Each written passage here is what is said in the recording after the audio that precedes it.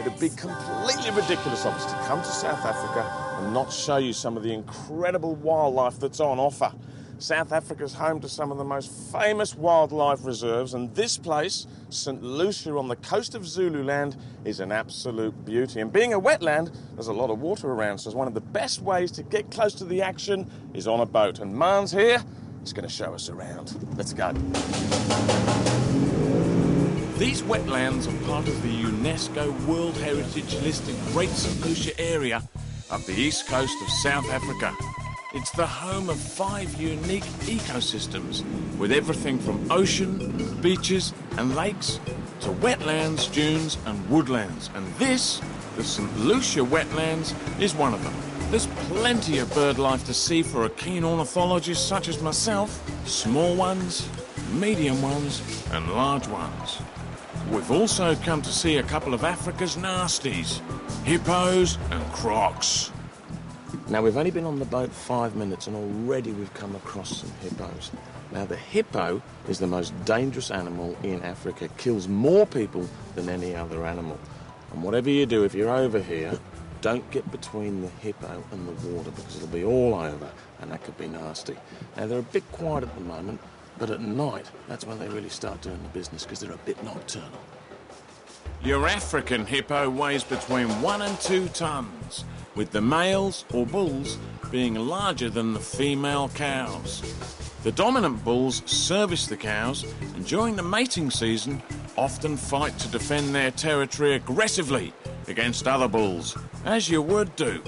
By the way, they only do the business in water, perhaps due to their weight.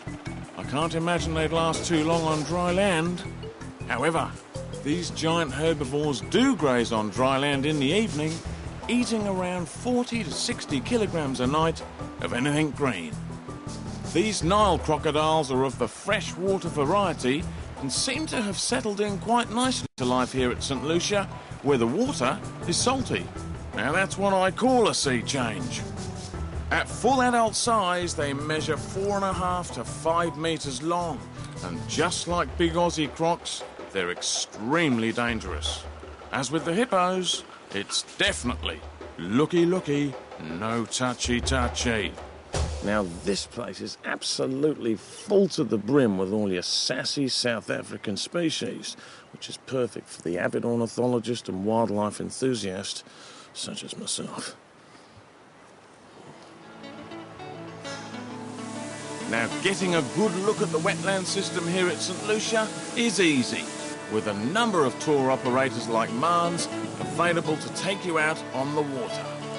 www.southafrica.net is a good place to start if you want more information.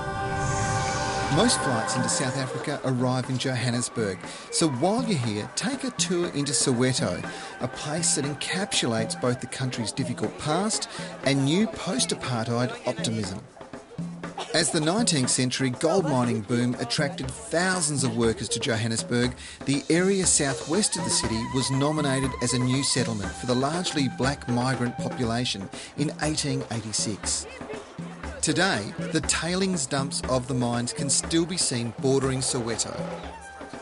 It wasn't until 1963 that the area, by now a sprawling set of black townships, was collectively named South Western Township, or Soweto for short. Through the 70s and 80s, Soweto gained worldwide notoriety as a flashpoint for conflict between blacks and the governing whites, and today you can still see reminders of Soweto's recent history.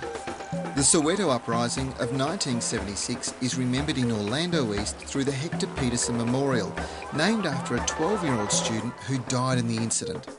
This ordinary-looking house just a few minutes away used to be the home of anti-apartheid activist and former South African President Nelson Mandela. Originally built to house black migrant workers, these hostels date back to the 1950s, but these days are now home to some of the poorer families of Soweto. And with human nature as it is, people are incredibly resourceful. If you don't have power over there, but there's a street light here, why not tap in and run the power across the road to run lights or refrigeration for nothing? It's very clever. Soweto is full of contrasts. The poor and the more fortunate live literally side by side.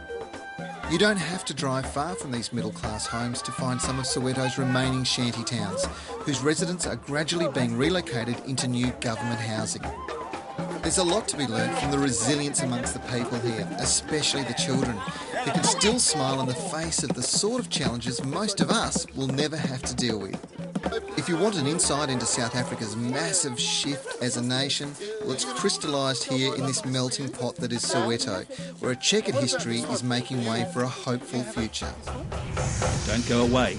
More of South Africa's famous animal kingdom coming up right after the break.